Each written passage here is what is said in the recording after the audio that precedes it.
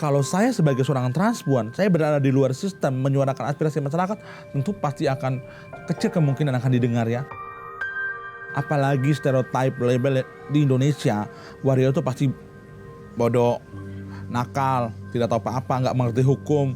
Terus saya berpikir, ini kesempatan saatnya. Dan pada akhirnya saya menang. Yang kerja bukan lipstick saya, yang kerja bukan baju saya, tapi otak dan kemampuan saya.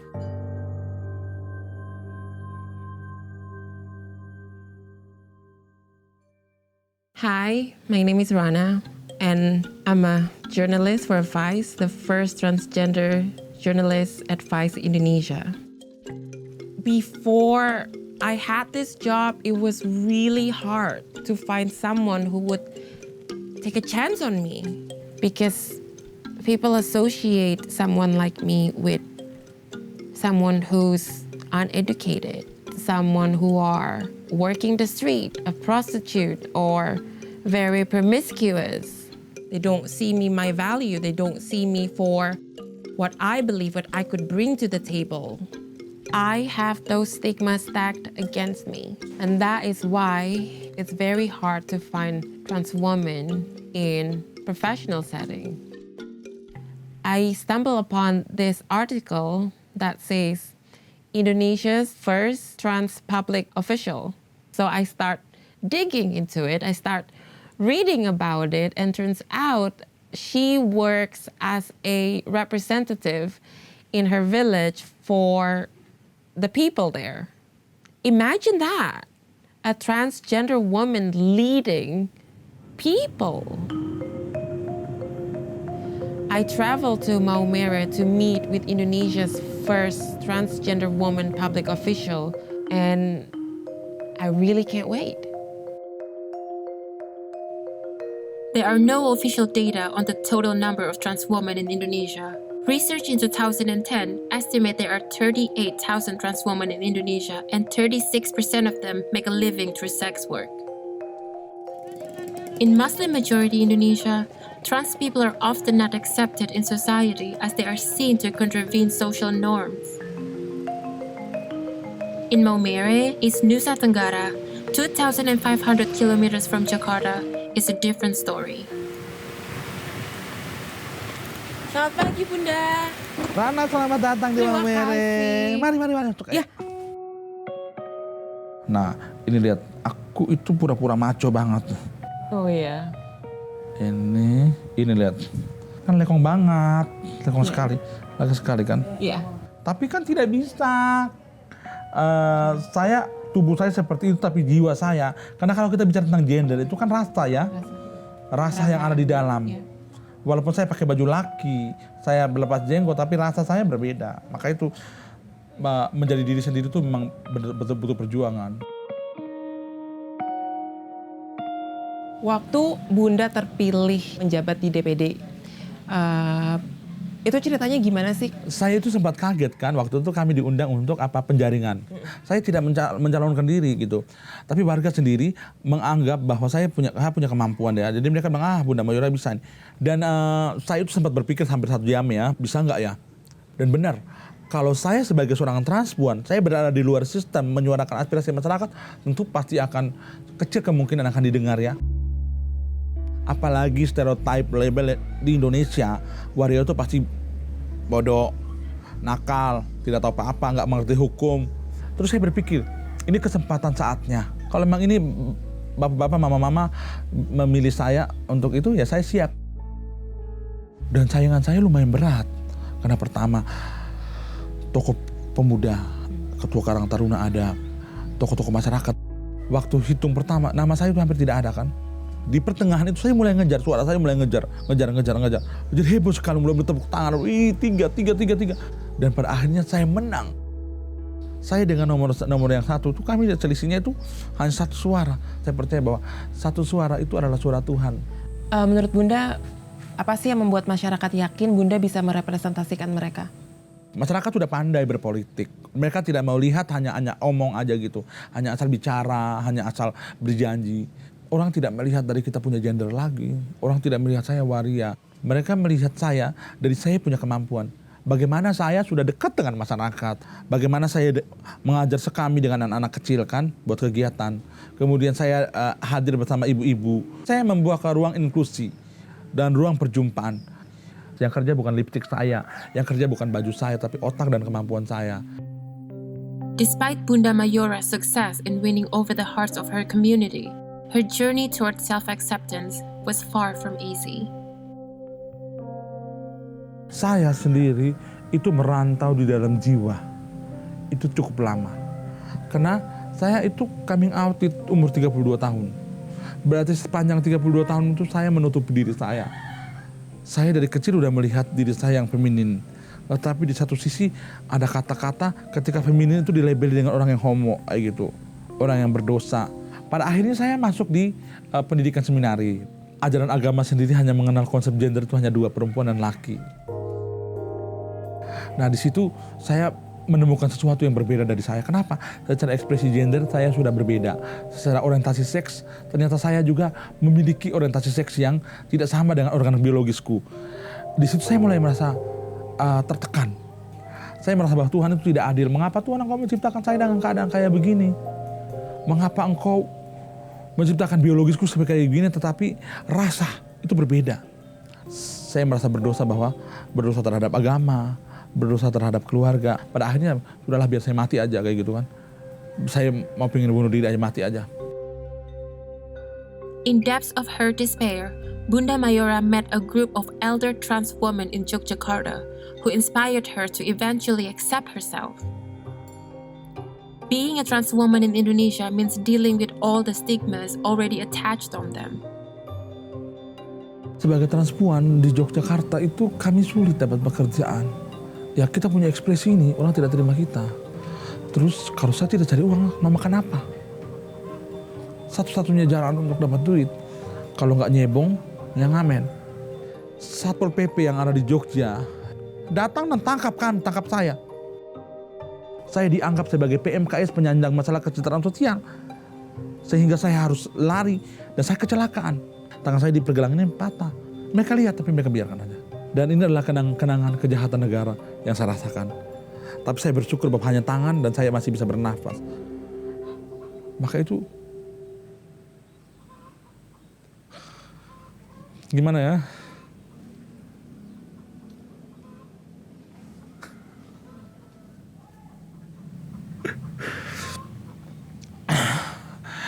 Jadi saya bersyukur bahwa saat itu meskipun dengan keadaan yang terbatas, tapi saya bahagia. Bahagia menjadi diri sendiri. Meskipun dulu di dalam biara saya punya semua. Pekerjaan sudah ada, makan minum semua sudah beres. Dan saya berani keluar dari zona yang itu dibanding saya harus menjadi orang yang menipu diri dan membohongi diri. Eventually, Bunda Mayora returned to her hometown Maumere and found her way back to religion through the help of Romo Caesar, a priest who gave her a chance to serve in his church. Mari kita panjatkan doa umat. Yang naik ke surga duduk di sebelah kanan Allah Bapa yang Maha Kuasa. Dari situ ia akan datang mengadili orang hidup dan mati.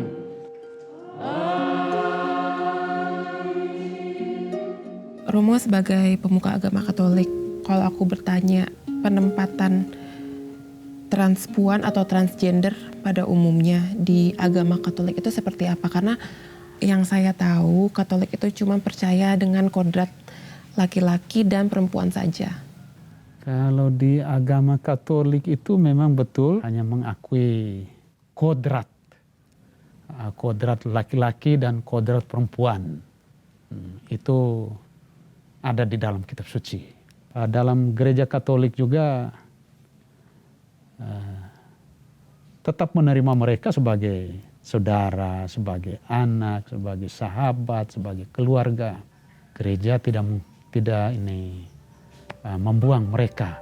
Kalau saya sebagai gembala, saya tetap mengatakan baik buruk atau ya bagaimana, ini saya punya saudara, saya punya orang, saya punya umat.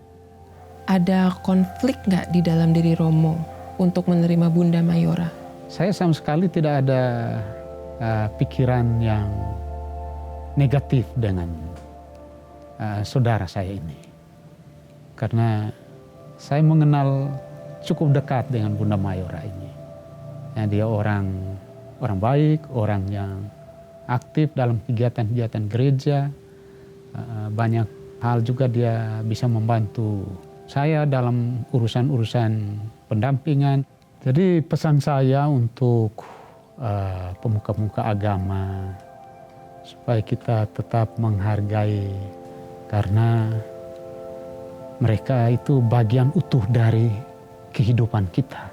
Mereka juga punya peran yang berguna untuk kehidupan banyak orang juga. Di sini ini gereja tempat saya juga dibaptis di sini. Dibaptis. Kemudian saya juga diterima di sini. Ini gereja paroki. Paroki. Sabda sudah menjadi daging. Salam Maria, penuh rahmat, Tuhan sertamu. Terpujilah engkau di antara wanita, dan terpujilah buah tubuhmu Yesus. Orang itu kan melihat saya dulu dengan tahu saya bahwa saya dulu seorang biarawan. Bayangkan, dari biarawan keluar menjadi orang awam kan sudah ada stigmanya juga. Sudah dicap macam-macam. Udah keluar dari biara terus jadi waria lagi. Lebih jahat lagi kan pemikiran orang. Saya bersyukur bahwa gereja di Maumere itu sangat terbuka. Dan para pastornya juga begitu ramah, begitu progresif. Kenapa? Mereka menghormati kami diberi ruang. Mulai dari saat itu saya pede dan saya ke gereja, saya mengakui iman saya tanpa ada ketakutan, tanpa ada malu. Dalam nama Bapa dan Putra dan Roh Kudus. Amin. As a leader in her community, Bunda Mayora has helped change perception of trans women, and younger trans women feel less stigma living in Maumere. Ini komunitas trans muslim dan mereka usianya masih muda, dari usia sekolah, dan mereka sudah begitu lama bercerita kepada saya untuk mau sharing. Halo. Assalamualaikum. Waalaikumsalam. Masuk. Bapak Mama terima keadaan kamu? Kamu Mama? Mama aman? Oke. Kamu? Aman? Aman. Nah itu kesempatan orang tua terima kalian. Bunda Mayora itu dari kecil bersembunyi dan bertopeng. Sampai umur 32 tahun baru kembali buka status bahwa saya adalah trans. Kalian dari masih muda sudah bisa terima diri, sudah mengenal kami, sudah mengenal yang tua-tua dan memberikan motivasi untuk kami. Kalian tidak terlambat, saatnya mulai menjadi orang yang berguna. Cita-cita mau jadi apa cita-cita? Hah? Perias? Oh ya, berarti jadi makeover ya? Makeup artist. Cita-cita jadi apa? Mau jadi guru? Oh cucok jadi guru. Kamu tahu Mbak Jessica? Alis matanya tetap cantik, lipstik, tapi dia tetap jadi ibu guru yang baik. Jadi itu jejaknya dia ya. Harus sekolah, berarti harus sekolah. Nah saya berharap bahwa teman-teman kita menjadi trans atau menjadi waria yang selama ini kan orang anggap kita yang kurang baik itu, kita bongkar itu bahwa itu tidak benar. Apa yang kamu katakan bahwa kami tidak baik, kami buktikan dengan kami punya profesi. I talked to Dea, a young trans woman, about Bunda Mayora's achievements and what it means for her and the trans community in Maumere. Bunda Mayora bagi saya inspirasi buat kami, waria-waria yang ada di Kabupaten Sika. Bunda Mayora datang memberi kami wajah baru, memberikan kami suatu pandangan agar kami bisa berbaur dengan masyarakat. Dengan adanya Bunda Mayora duduk di pemerintahan desa, artinya untuk transpuan muda seperti dia itu apa sih? Yaitu menambah semangat kami dan menjadi motivasi buat kami. Karena semua waria kan bisa dikerjakan. Jadi waria tidak bekerja seperti nyalon aja, yang lain menenun, masak. Waria juga bisa bekerja di pemerintahan. Kenapa transpuan itu penting untuk berada di sistem pemerintahan? Memang sangat penting sehingga pemerintah tidak menyepelekan kaum minoritas lainnya seperti para waria, janda, orang-orang yang ditinggalkan atau dikucilkan dari masyarakat begitu.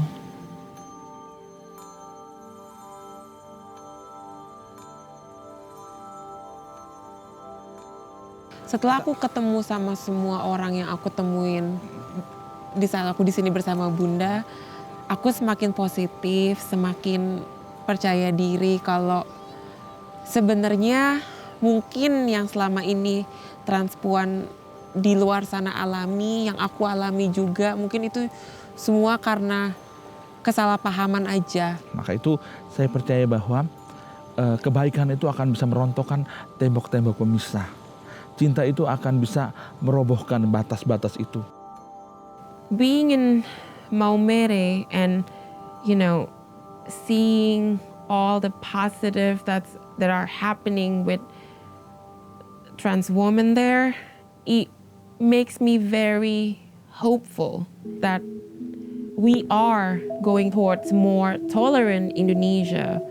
And hopefully, there will be more transgender women who holds more prominent positions in Indonesia so that more doors would get knocked down and so more opportunities for trans women are open. And so there's no other young trans woman who are starting their journey would feel alone ever again.